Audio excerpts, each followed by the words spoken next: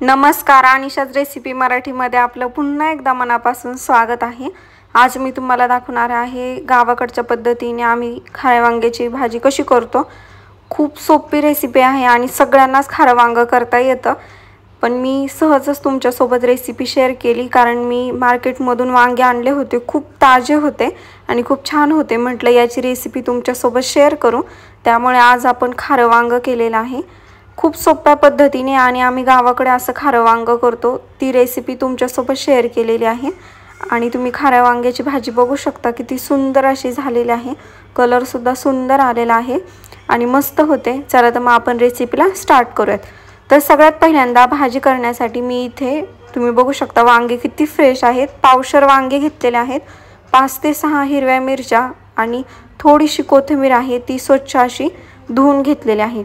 आता आपण मिरच्या आणि कोथिंबीर आणि थोडंसं 1 चमचा यामध्ये मीठ टाकायचं आणि हे सगळं आपण मिक्सरमध्ये आता बारीक करून घेणार आहोत।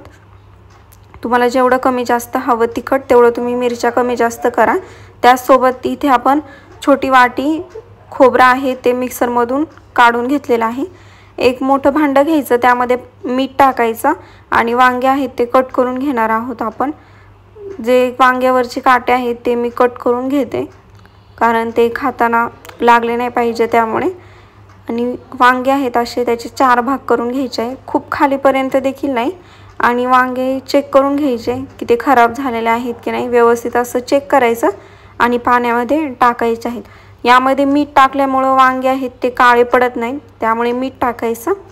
आणि पुन्हा एकदा मी दुसरं वांग सुद्धा कट करून घेतलेलं आहे। अशाच प्रकारे आपण सगळे वांगे कट करून घेणार आहोत। मस्त असे तुम्ही बघू शकता, खूप जास्त खालीपर्यंत कट करायचे नाहीयेत, नाहीतर त्याचे 2 भाग होऊ शकतात, त्यामुळे व्यवस्थित असे कट करून घ्यायचे। सगळे वांगे आपण इथे कट करून घेतलेले आहेत। आता आपण याचं सारण बनवून घेऊयात।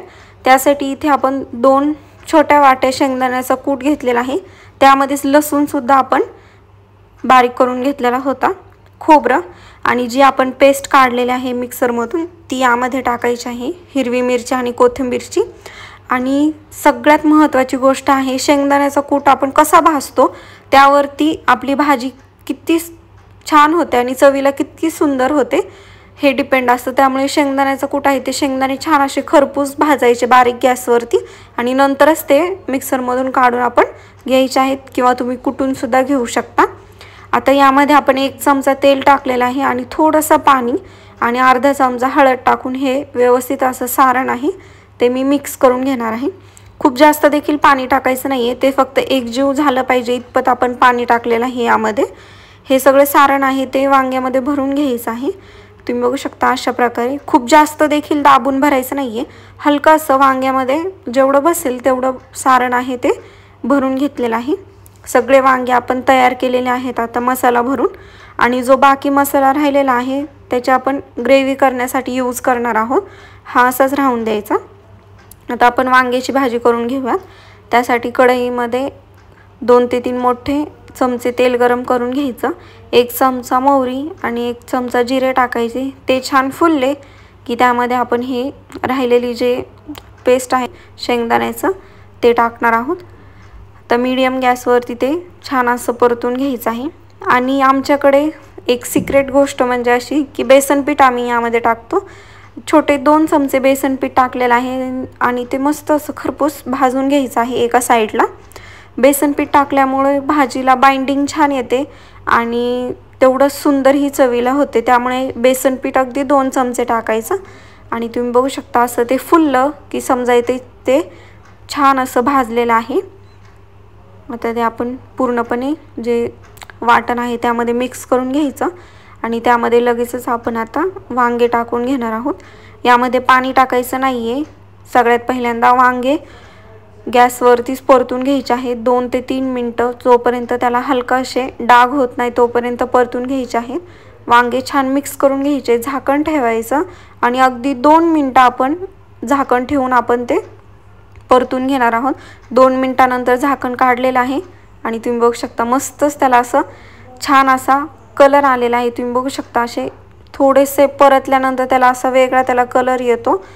असे थोडे डाग झाले की यामध्ये आता आपण पाणी टाकून घेणार आहोत। वांगे जेव्हा आपण तेलामध्ये 2 मिनटं परततो तेव्हा ते लवकर शिजल्या जातात।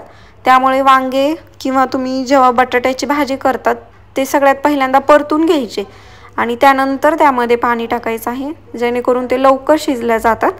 आता इथे आपण रूम टेम्परेचरवरचं पाणी टाकलेलं आहे आणि व्यवस्थित असं मिक्स करून घ्यायचं। आत्ता तुम्हाला ग्रेव्ही पातळ वाटत असेल तरी ती शिजल्यानंतर व्यवस्थित होऊन जाते।